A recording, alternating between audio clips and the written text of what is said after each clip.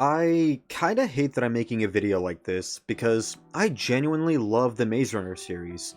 It's one of the more popular series in the young adult dystopian genre. It's taken place as one of the big three and iconics of the genre along with Divergent and The Hunger Games. This series holds a special place in my heart because it's the first ever series that got me back into reading and into the sci-fi genre. It has been then and now to this day my favorite fictional sci-fi series. We have the original trilogy, then the two prequel books, then a book with just some additional information, and a tie-in novel. However, while those books will greatly influence this video, they're not going to be the main subject. James Dashner, the author of the Maze Runner books, recently released a brand new sequel trilogy to the original series titled The Maze Cutter, a series that takes place 73 years after the Death Cure. The Maze Cutter would release in 2022, kicking the series off, and now, just recently, in September of 2025, the final book of the trilogy, The Infinite Glade, would be released. Now the whole trilogy is complete. I've made 3 separate review videos on the books, one dedicated to each book. Now if you watch those videos, I come off with the notion that, for the most part, I enjoyed these books.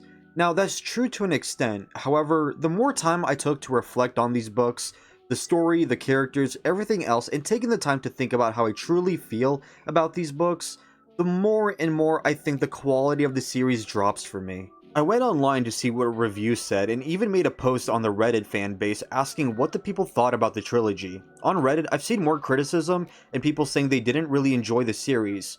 Some said it was okay and gave it okay reviews, while quite a few others admitted they dropped the series or immensely disliked it. In my personal case, I had a friend back in high school who was into the Maze Runner series as well, and he told me that he struggled with the Maze Cutter and then just completely dropped reading the Godhead Complex. And it all leads back into this video where I'm going to say, unfortunately, that the Maze Cutter series wasted its potential. In this video, I'm going to go over why I think that is, and what I think could have possibly have made the series way better. Warning for those who have not read the books, both new and old, and have not watched the movies, there will be spoilers. So with that being said, let's get right into it.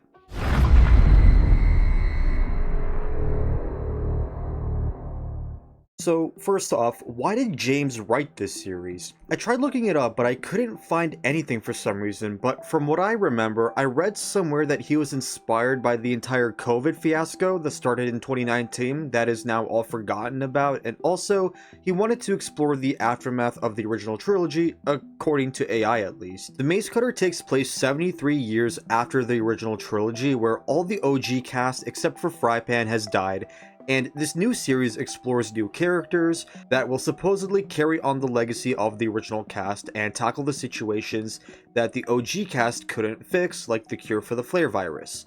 They would be exposed to a world that they never knew and learn that things got worse and will strive to finish the work that their ancestors couldn't. That's kind of the basic description of what you can look forward to in this series. And it's actually very interesting, but execution-wise is what matters. When writing a book, of course, it's important to put together and realize how your story will unfold along with multiple other aspects. Think of it as a structure supported by pillars. The pillars represent either writing, story, characters, pacing, and when one of these pillars are destroyed, the others suffer consequences. When one's affected, all is affected one way or another. And one huge aspect is actually writing the story down on paper, which leads into the first topic, structure. James takes a different approach in writing this series than he did with the Maze Runner books. Maze Runner all the way up to Crank Palace was told in the third-person perspective through one character. That's been the main writing style James did throughout his books, and it's a simple but good writing style. Telling the story from the perspective of one person makes the book more simple to read and understand. But when it came to the Maze Cutter, he would take a different approach and decide to go with multiple third-person perspectives. You'll see the POV of a character named Isaac, next would be Mino, next would be Sedina, then Alexandra, and so on. So the plots and story gets told from the different viewpoints we read, and in all honesty, this format, if done correctly, is cool and a great way to tell a story. However, in the case of the Maze Cutter, I don't think that is the case. So let's talk about the first book, which is the most important part since it's the introduction to the series. In the first book, the shifting in perspectives disrupts the pace of the story, and sometimes it's even confusing to grasp the details of the plot. Many people that gave it decent ratings even stated that nothing was ever really explained and don't even understand what is going on fully. For example, in my experience and many other people's experiences, Alexandra is a main character, and her portions are the most confusing and dreadful to read. She's not a part of the society that was built by the Gladers. She's doing her own thing completely somewhere else, but nonetheless, that doesn't make her more interesting. It makes her less interesting because, again, as a Maze Runner fan, I want to read about the characters that carry on the legacy of the old. But even on her own, none of what I read of her makes sense, and what makes her part so annoying is that it's not as interesting as the other characters like Isaac or Mino. You add that with the unclear details and writing, it makes her parts dreadful and confusing to read. Every time I saw her name in the title, I groaned and got frustrated, and it drained my excitement. At that point, I just want to either rush or skip her parts to get back into the parts I care more about. And this carries on a little bit over to Mina's perspective as well. And what I mean by unclear details and writing is that it's hard to depict where Alexandra is or what she's doing right now or who she's interacting with. What's actually going on physically so I can picture in my mind what is happening so that it's easier to understand and be more enjoyable. I couldn't do that with Alexandra, and it was difficult to do that with other characters as well. It's hard to picture the settings or what the characters are doing at times because of weird detailed descriptions, which was strange because I never had that type of experience with any other books. Having to change perspectives to something completely different and new disrupts pacing and interferes with your excitement or suspense. I provided an example from my first review video. This idea is pretty good, and I think this book executed some things very well, but one thing that kind of ruined it for me was that because we see other characters' perspectives, it gives us different storylines, and they overlap each other a lot, which disrupted the pacing and disrupted the suspense. I actually experienced this within the first few chapters of the book when the ship was pulling up to the island. I was more curious and ready to find answers and see what happens next. But right when the ship is pulled up, the chapter ends, and then my energy was gone as I had to sit through and read Mino's and Alexandra's perspectives. And this is where I want to quickly point out that I had a rough time reading Alexandra's perspective. She's a new character in this series. She wasn't with the main cast, but we still read her perspective. It came about so randomly, and I'm not gonna lie, I got confused when I read her perspective, as it felt unnecessary, so dragged on, so boring, and so confusing that I got so annoyed to a point where I wanted to put the book down. The constant switching that felt unnecessary made me want to skip these pages and see what was happening to the character I was reading previously. And this isn't the first time it has happened. I have felt like this as I kept on reading the book, and every time Alexandra's perspective comes about, I just get even more frustrated. With this book, there were quite a few times where a moment was building up and I was itching to see what happens next, and it switches to another character's perspective, and I just groaned, frustrated, and it just drains my energy out. Overall, I think the narrative is great, but the constant switching in perspectives disrupts the pacing and suspense built up for me at times. I still loved it, but man, it got me frustrated a lot. That's not something you want your reader to experience, especially since they are reading the introduction to a new series, and that can be caused by the shifting of perspectives through multiple characters almost every chapter. Take the Hunger Games series for example. The original trilogy told the perspective of just one character, and the series still made people care about multiple characters even without their perspectives.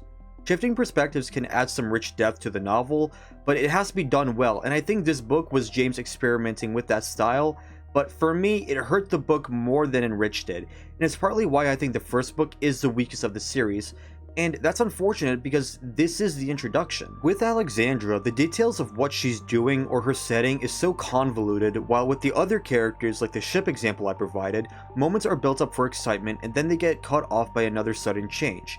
And it's also kind of pointless when perspectives change between characters that are in the same setting, like Isaac and Sedina for example. They're together throughout the whole book, yet we exchange perspectives of them, whereas instead have one perspective to develop both characters and leave some space for another perspective or to develop the story. When both characters are following the same journey, we don't need the journey or story to be told from different viewpoints. It should be kept in one to make the story easier to follow and leave space for others. In the first book, changing between many perspectives made it difficult to follow the story because many different things are happening at once. The details in some perspectives are very vague to a point where I can't tell what's going on or what is happening in the setting, and when moments are being built up only for the excitement to go away from a change of perspectives is frustrating. Now, things changed in the second book. It feels like James got the feel for this new writing style, and I could say that it definitely has improved compared to the first book. I think that also has to do with him clearing up the story, polishing up, and communicating the details well. With all of that being said, the issues from the first book are still kind of present in this one, where moments are built up, excitement is built up only for it to be snapped away from the change of perspectives. The Godhead complex still has the same issues, but they're less common than the Maze Cutter. However, I can happily say I had none of those experiences in the third book, and the fact that the book focused on fewer characters definitely contributed to that. While in the first two books, perspectives would change between 5 or 6 people, while the Infinite Glade changed only between 4 perspectives. It was more balanced, well-paced, and it wasn't crowded. However, I'm taking the entire series into account, not separating the books. And while I don't totally despise the writing format, I can't ignore the flaws, unfortunately. It's not easy to ignore. It's one thing to have mediocre stories and characters, but if you present them in a way where the reader is confused, frustrated, and annoyed, it adds more dread to the experience. It's very important how you present your story, and unfortunately, The Maze Cutter suffers that flaw of not doing a very good job. At least, not as a good job as its previous books. Okay, I've said my piece on the writing, now let's get into the next topic, the story itself. The story takes place 73 years after The Maze Cutter. To discuss the story, we need to know and recognize the 4 settings the story focuses on. The first is the island that contains the Islanders, a group of people who are descendants of the founders of the island who were in the Maze Trials, which includes Thomas, Mino, Newt, and others. Other than Frypan, all of the original Gladers are deceased. The descendants are thriving.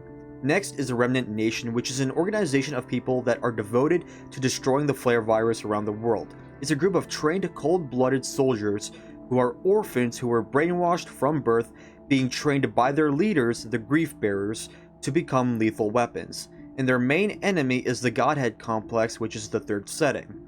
The Godhead Complex is a place located in southern Alaska where the original maze was, and is filled with people called the Godhead, who are the leaders accompanied by multiple other people called pilgrims that worship the flare. The Godhead are people who want to manipulate and control the flare to give them more power.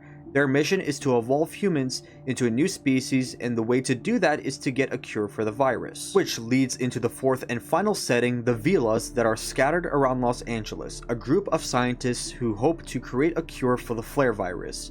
Now there are the settings. In The Maze Cutter, a woman named Annie Kletter arrives on the island on a ship searching for descendants of Newt, and according to Kletter, the descendant's blood and DNA holds the ability to unlock the cure of the flare virus, and the descendant is Sedina, Isaac's called best friend. So Isaac, Sedina, and others embark on this journey back to civilization to devise a cure which will be used by the Godhead to quote-unquote save the world, while the Remnant Nation is at war with them. And there's your basic summary of what's going on. I'm not going to go over every little detail because it'll be too much, and the video is going to be long enough already. If you want more details, I suggest reading the books, or I'll link sources in the description for a more in-depth explanation that you can check out. However, I'll be going into more details about the endings and some things that happen within the story by discussing the characters, since they do make up the story a lot. I'm going to discuss the events throughout the story through other categories throughout this video because there's so many things that make up a story. Remember when I described my pillar analogy? When one pillar falls or gets hit, the others are affected.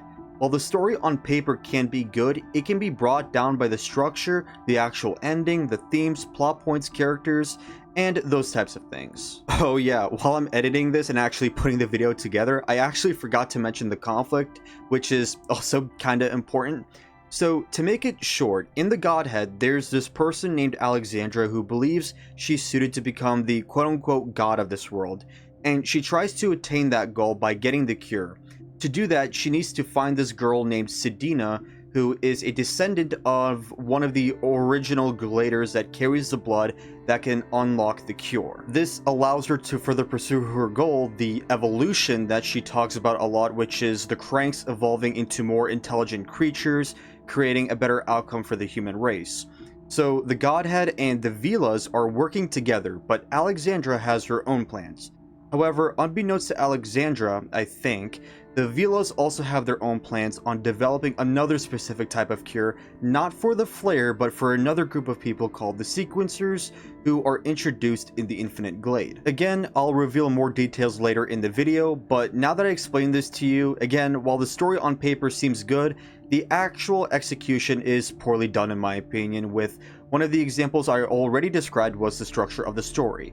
But now let's get into the others, starting with the characters. Okay, so the first character we're going to start off with is Isaac. And I would say he's the main protagonist of the story, since he's the first main character of the island we start with, and the one who we get more insight from the most. Now, for the first 2 books, Isaac was my favorite character, and I believed he had the most potential out of all the characters in the series. Isaac doesn't have anything special. He's not a descendant of any of the past Gladers, unlike some of his friends. He lost his entire family, he's not brave, he's not a leader, and he shouldn't even be with Sedina or the others on the ship and traveling out of the island in the first place. Heck, his inclusion with the group was resisted at first, but Sedina managed to convince her mother and the others to include him. He shouldn't be here in the first place, yet he is.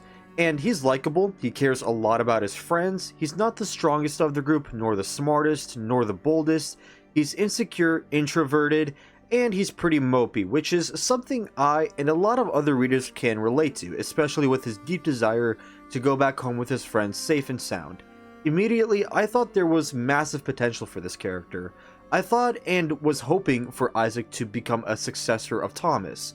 I wanted to see this character who is out of place, who shouldn't be here, who doesn't have anything special about him, to then turn into this leader to cause the people around him to rally together to gain a louder voice. It would have made an amazing character development, going from a quote-unquote nobody to a leader.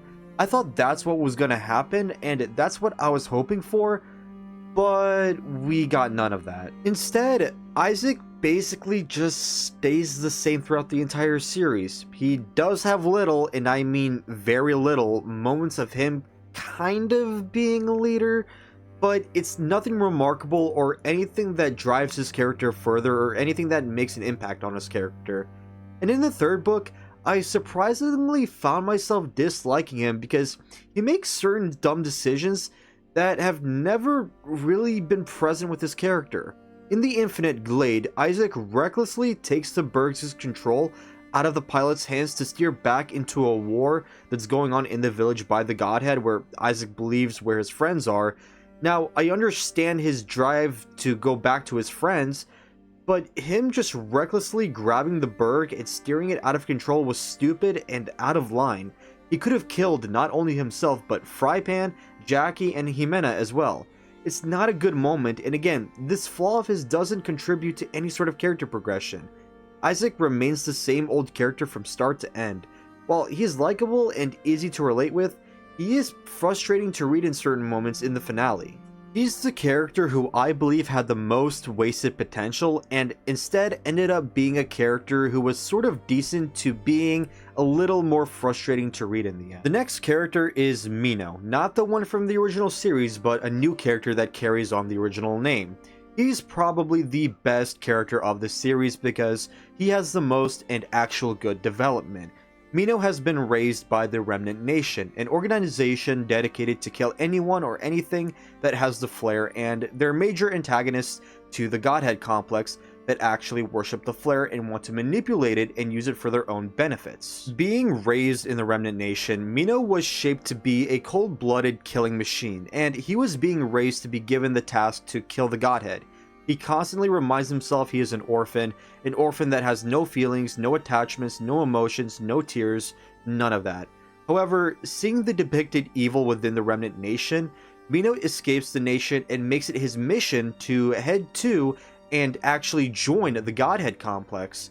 Along the way, he runs into characters like Roxy, who becomes this kind of motherly figure to him, and then meets the Islanders and begins to grow friendships with them and starts to learn how to care about other people, how to love, how to express emotions, and his arc includes by basically rallying the rest of the Remnant Nation soldiers, showing the error of their ways, the methods they use, and the manipulation they were under was wrong, and become this new leader to them to kind of revolutionize the entire Remnant Nation.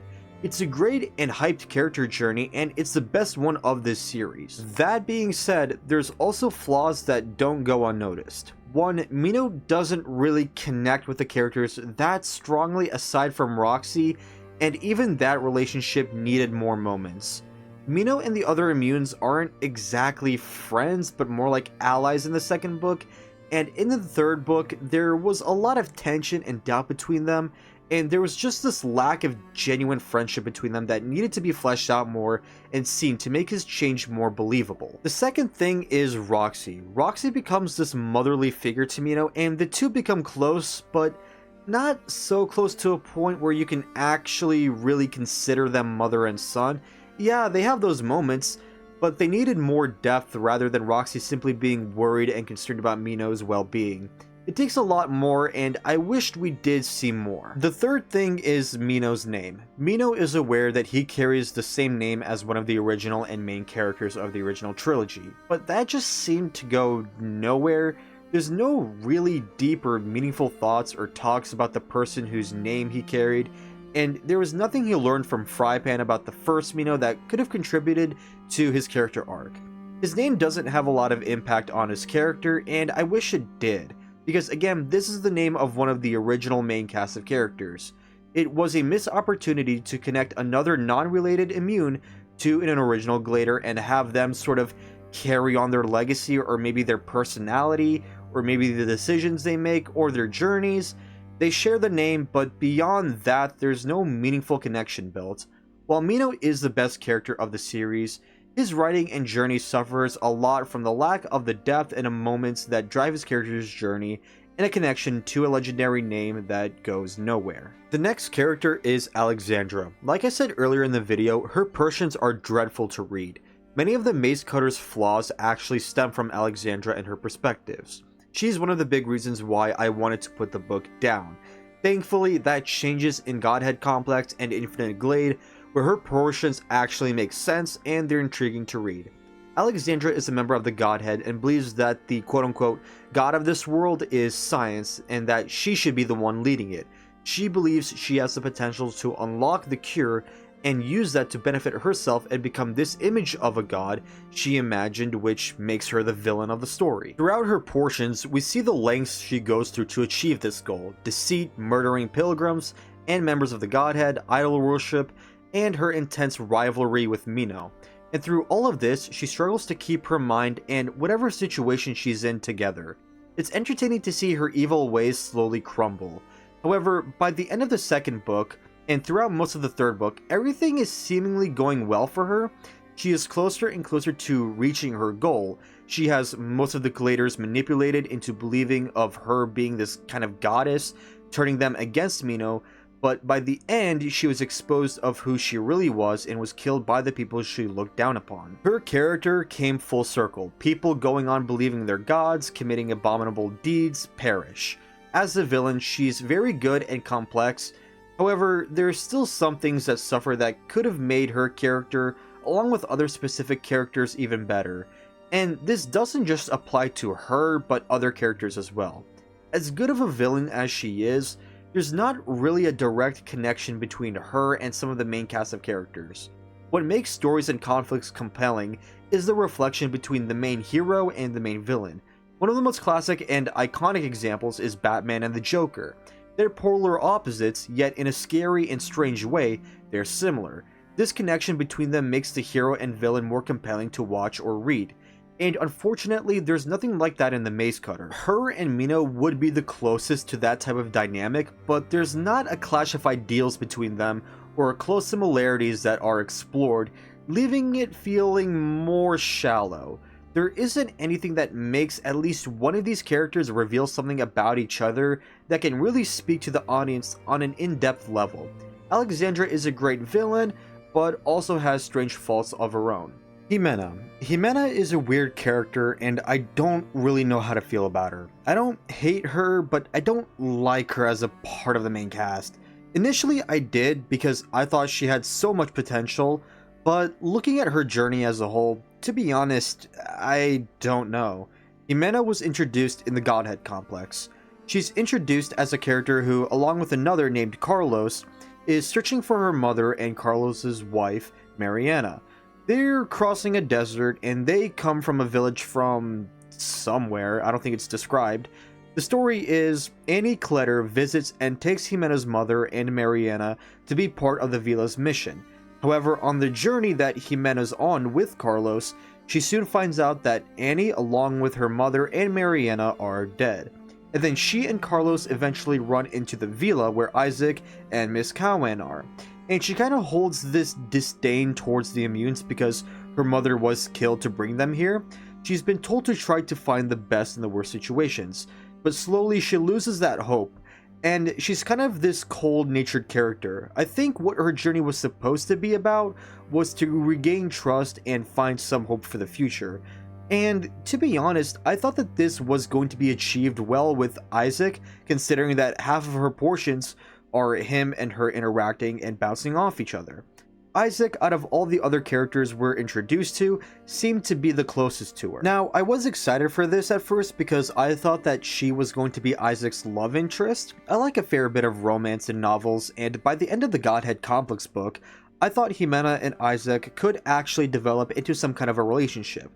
Jimena is a tougher character while Isaac is a more soft and mopey, so already there's a great potential for a great relationship right there.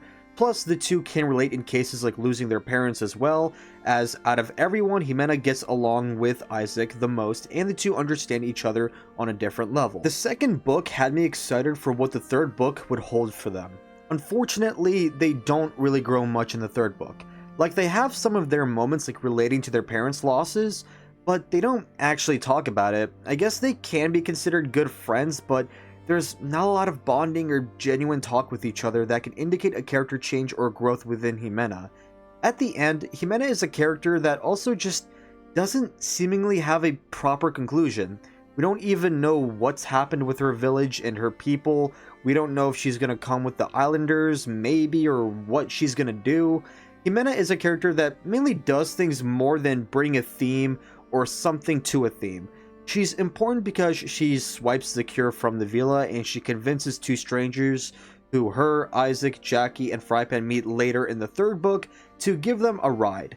But at the very end, she's just saving Isaac most of the time.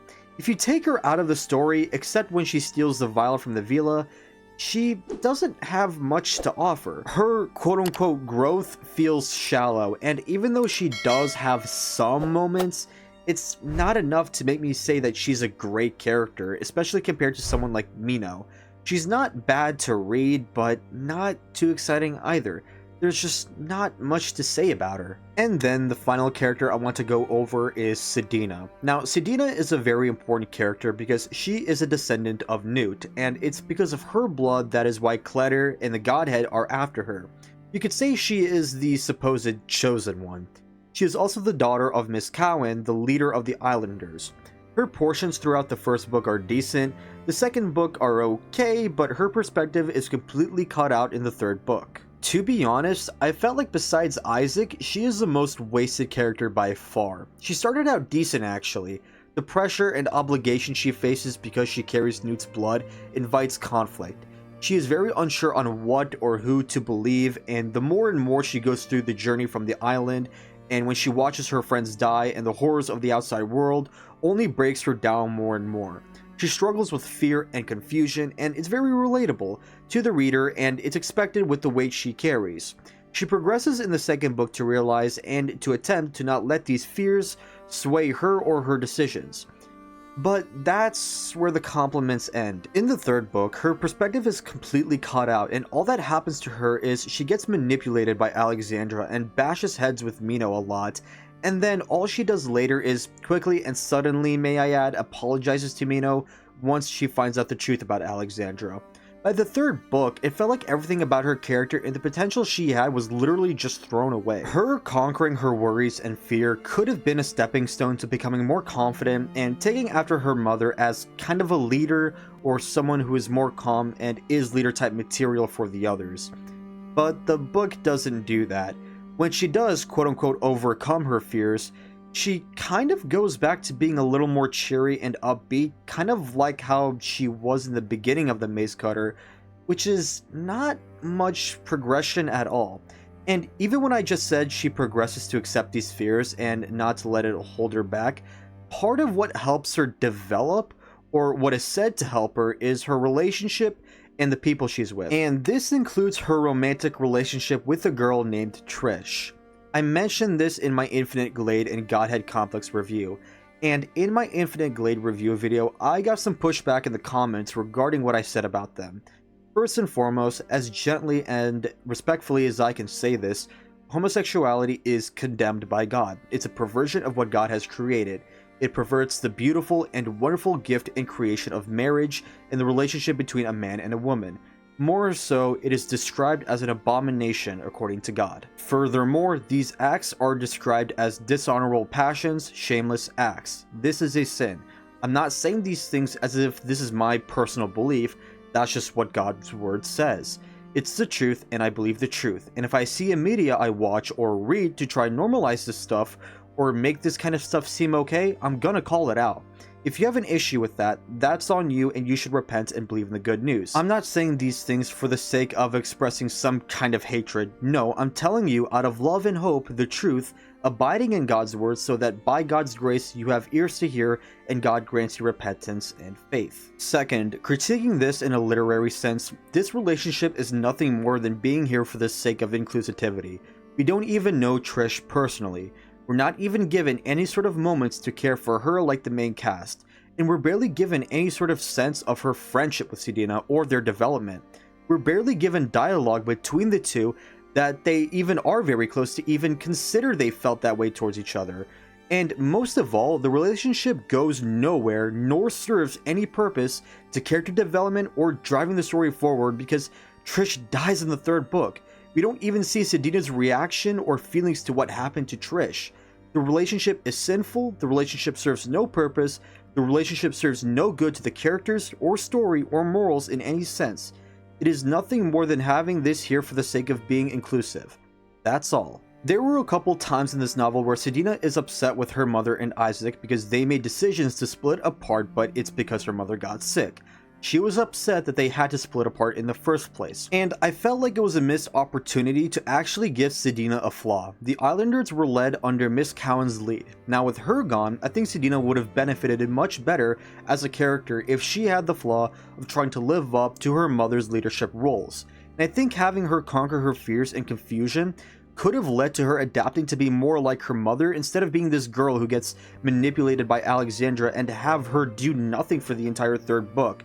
Overall, Sedina is one of the top characters to have some of the greatest potential to go from a character that could have been insecure and unsure to be more confident and leader type material like her mother and step in for her. Unfortunately, that's not what we got. She was decent for the first two books, but by the third book, it felt like she was just thrown away. And this not just affects her, but the Cure plotline that is contributed to her. So now this leads into the Cure plotline, which is one of the most important aspects of this story. Now, bear with me here because the Cure is the most confusing plotline in this series. If you read the original books, you know that to find the Cure was a failure. They were unable to produce a cure because there is no cure. So immediately, it's weird that a Cure plotline exists in the first place, but thankfully a Redditor named Phantom First explained it the best way I could find, so credit to him for that. So here we go. Within the Cure plotline, there's two cures going on. So, 31 years before the Maze Cutter takes place, a character named Nicholas, who used to be the head of the Godhead Complex, along with Vilas, and after years of research, tests, trials, and vials, he supposedly found a cure to the flare virus. So, the first cure is towards the flare virus, which is being developed within the Vila and the Godhead, which is suspected to come from one of the descendants of the original Gladers, which was Sedina, who carried Newt's blood. It's basically Newt's blood. That's right, Newt, the guy who had the virus and was killed in the death cure, is the cure supposedly. But then, the vial that the Godhead had, which had Newt's name all over it, but the number is then revealed to be labeled is A4, and A4 belonged to Chuck. and A4 apparently isn't the cure. So the vial that was suspected to be the cure was supposed to be Newt's blood, but the blood was actually Chuck's blood, which isn't the cure. By the end of the Godhead complex, Himena comes in and explains that the cure that Clutter talked about, a cure that she needed them to find, was actually a cure for the cure that Nicholas developed. So it was the one that I just talked about, because the first cure that they developed, which is, I'm guessing, the vial that the Godhead had, rids the flare virus but also destroys the population itself. So therefore, Clutter came in to get the Descendants to develop a cure by using Newt's blood to negate the first cure that they made. I think that's the best way to explain it, and I think that's correct. So in that one package, there's the first cure plotline. Then we have the second cure, which was being developed in the original 3 books for the sequencers, and it was meant to be delivered over to them to help them evolve to survive the outside world. Okay, I think I covered it all the best way I can. So yeah, there's a lot going on here, and to be honest, reading the books for the first time, it's confusing, but there's the gist of it. It's layered a lot, but I know it feels ridiculous, because it feels like it only just adds other unnecessary layers to an already complicated situation, because one cure is developed to allow a whole populated city to go outside, while there's this other problem with the cure that now needs another cure, and it's more frustrating when both of these cures really just go nowhere or don't have like an actual conclusion. Towards the end of the Infinite Glade, the cure that Nicholas developed and the one Sedina was being used for was just abandoned, and the other cure for the sequencers, we don't actually know if the sequencers will accept it. I'll get into the sequencers and who they are in a moment, but the point is, they're separate cures for separate people, that one goes nowhere and the second we don't know what happens. And this is where I think I want to dedicate a small portion to Newt. The Maze Cutter series discusses and focuses on Newt quite a lot, focusing on his descendants, discussing his journal, his blood being chosen as this possible cure for the flare virus, and a lot of that. Now look, I love Newt as a character, but why was this not given to Thomas? The most influential and important character to include in your sequel series is, or at least should be, the main protagonist from the previous series. Thomas was the one to drive the story forward. He's the one the audience was with from start to finish. He's the one everyone else rallies around. Without him, the island wouldn't be where it's at right now. So to pass any sort of recognition to another character and not give any same treatment or more to Thomas left a sour taste in my mouth.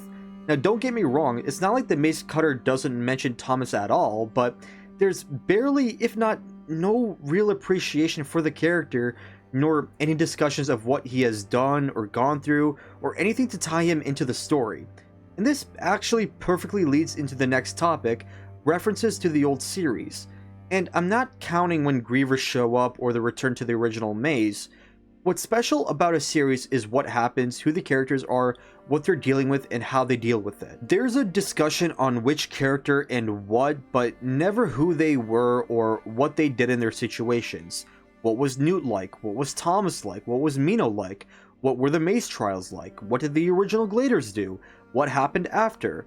Now, I'm not saying the books have to tackle all of this, but to not at all mention these important moments, to give some depth to present the importance they have and not to have that play into story at all is disappointing. To explain myself better, take the journey of Thomas for example. Frypan is still alive in this book, and remember how I mentioned that I hoped Isaac would turn into a leader like Thomas was? Isaac constantly struggled in the books, with what to do, being lost, not sure what path he should take, or what's the best decision to make next.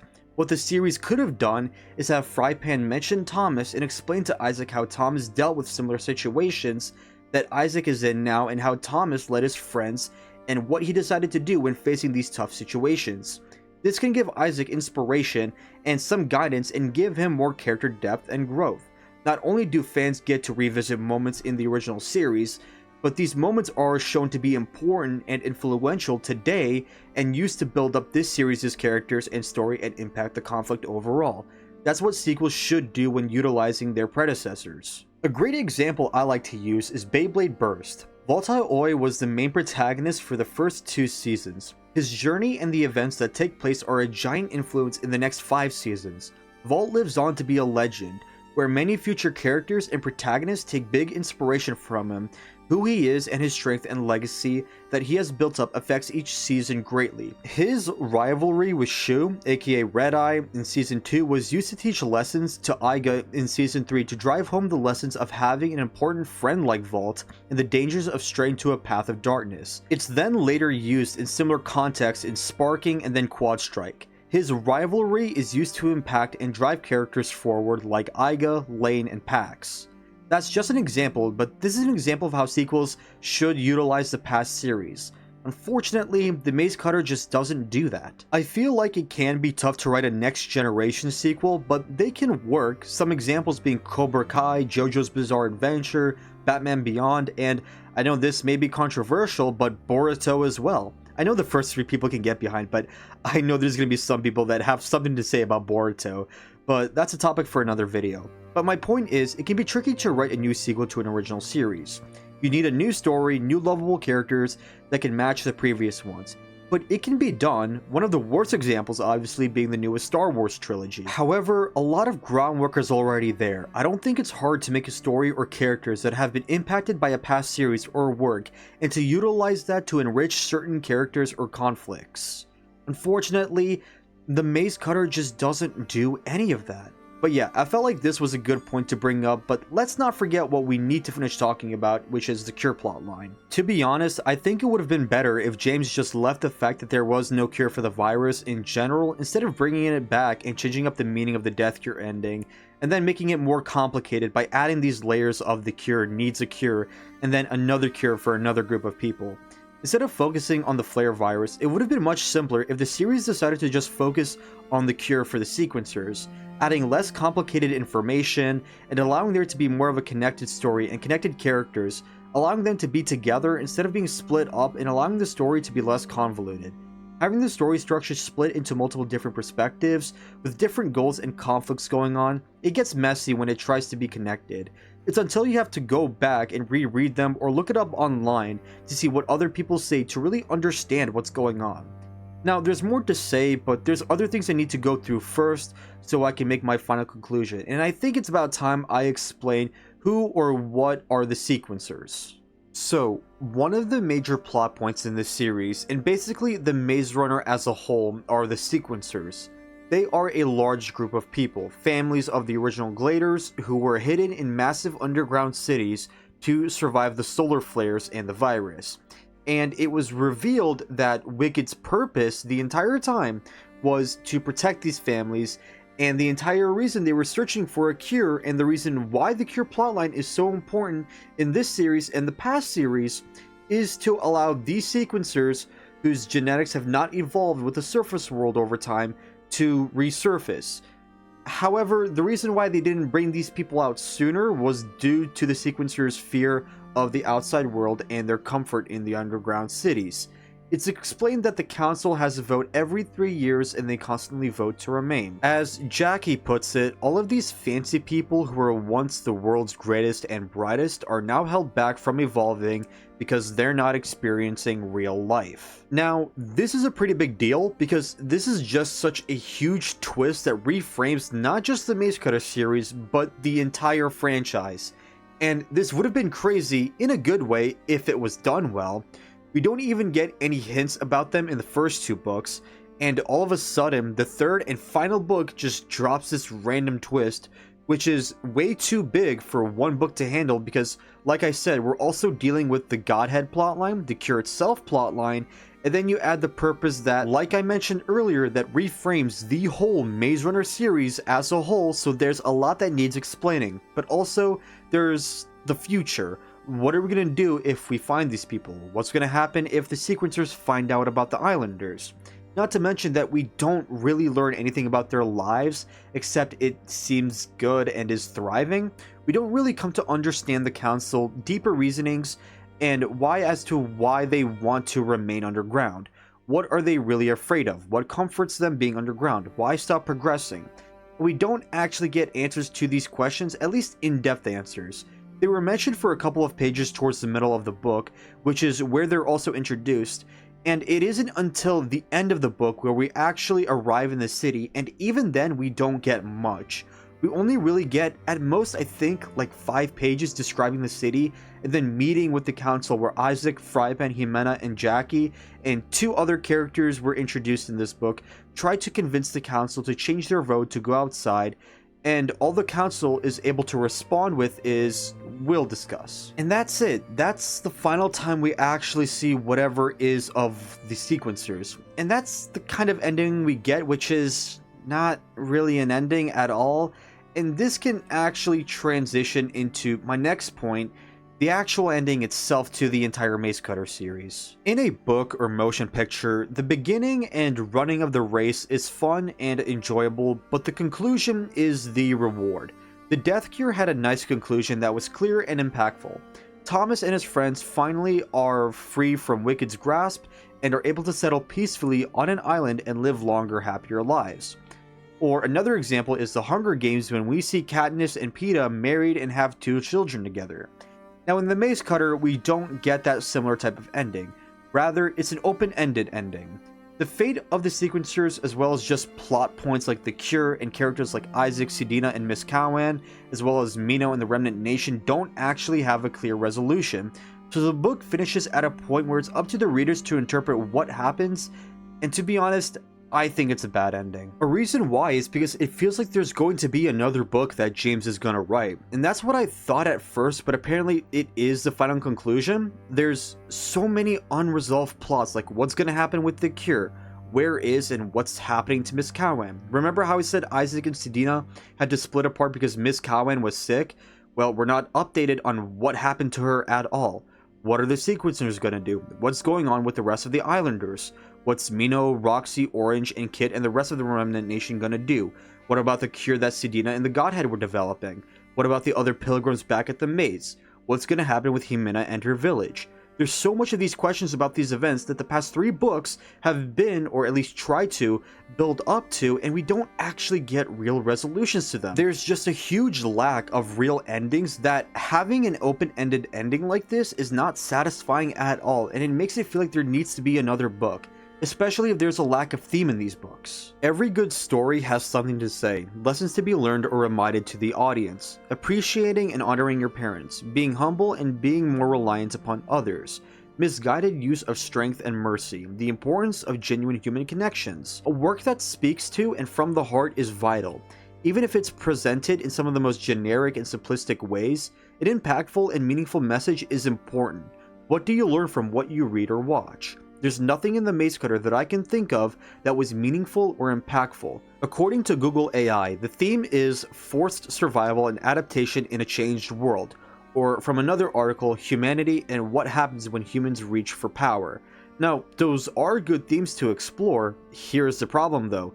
They were already done in the original series, and the prequels, and even in the Crank Palace novel. 6 books containing the same themes. We don't need it again. And the worst part is there's nothing new to learn or gain from bringing these themes back. It's not explored differently in any way. The importance of friendship and teamwork, that's already been done. Sure, there's the part about viewing oneself as a god and the consequences, but again, like the others, there's a lack of deeper meaning or purpose. It's not like there aren't themes, but there's nothing new in the Maze Cutter series, nor is there anything memorable to learn or remember that hasn't already been done by previous books. To me, reading this story, it felt like I was reading a sequence of events that a lot of times can kind of feel empty. I think the struggle for trying to come up with a theme in of itself should say something about the themes of these books, and unfortunately, that further drags the series down. You know, now that I think about it, since James's inspiration for this series was COVID, I feel like his entire plot twist with the sequencers and the Cure trying to get them out and all of that stuff, I think he's just telling us to go outside. But going back on a more serious note, when you have an open-ended ending like this I just described, and the lack of themes that I just described, it makes the series feel like an empty roller coaster. Like, wow, all of this build-up, all these twists and mystery for it to not have a satisfying conclusion? I don't know what else to say, Unsatisfying is the perfect word to describe how I feel and how the ending feels, especially when you introduce certain plot lines and twists that literally reframe not just this series, but the past 7 books.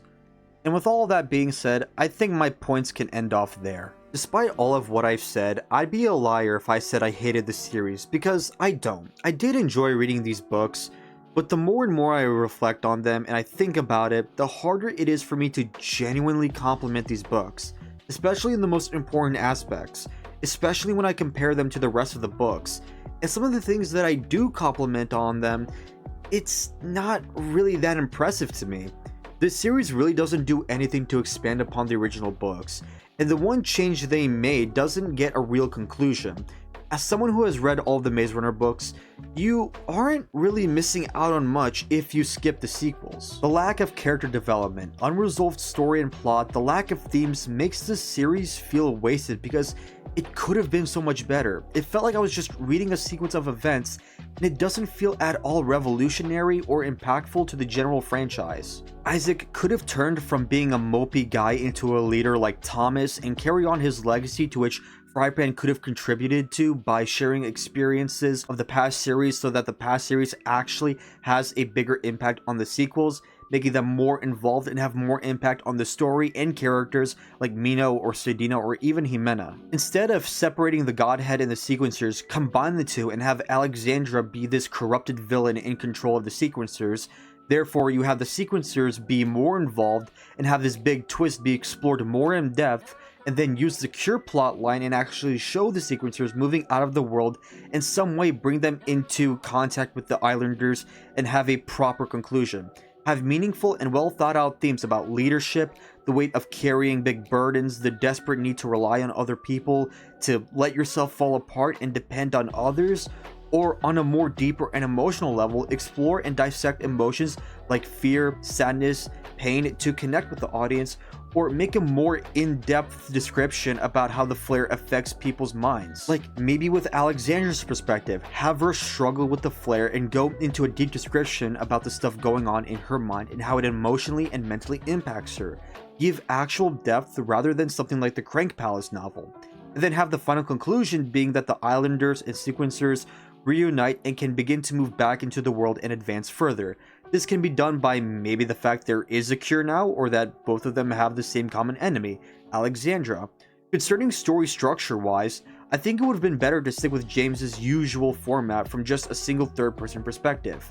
That way, you can still explore and make your characters likable and enjoyable and relatable, and not let it become messy or confusing, or let different perspectives disrupt pacing. Or if not that, then have the book shift just from small amount of perspectives like the Infinite Glade. Have it be maybe 4 or 3 people at the limit. That way you can try out something new without having to move around too much. I'm not going to go too deep into detail because then the video will just be very long, but you get my point.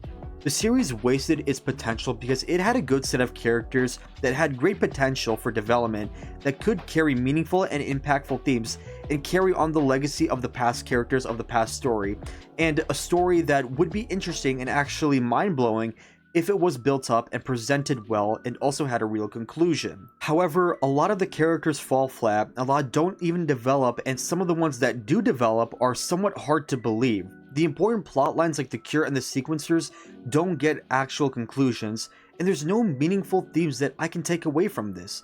Compared to a lot of the books and comics I've read in my life, the Maze Cutter overall just feels shallow. There's just so many things that this series could have done to be better, so many ways and routes James could have taken to make this an actual good sequel series. Looking at it from my personal perspective, I don't see what this series has to offer that can actually complement the past books. It's kind of hard for me to even align this series with The Maze Runner. As someone who loves the previous books, I had high hopes for this series, and unfortunately I was let down. Most of the characters didn't have development, and the ones that did are hard to say it was genuine. A lot of the story was convoluted, and it led to and felt like there was just no purpose. There was no real conclusion or meaningful impact to learn or relearn. I think James had a great idea, and his inspiration, though not surprising, is understandable, and it fits in with the universe that he has made. Unfortunately, I think he missed the mark greatly on the execution of it. I just hoped for more. Not of this series, but for something better. And it sucks for me to say this because I love James's work on the Maze Runner, his prequel books and the novels. I don't know if he's going to add another book to this series or work on some other additions to the Maze Runner, but I do hope if he does, it'll be better than what we got with the Maze Cutter.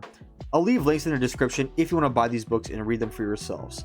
On that note, I think I've said my piece with the Maze Cutter books. If you have any differing opinions or whatnot, feel free to write them in the comments and I'll read them. If you enjoyed, feel free to support this channel by liking, subscribing, or sharing. Any of those will be greatly appreciated. Thank you all so much for watching, and if God willing, I will see you all in the next one. God bless.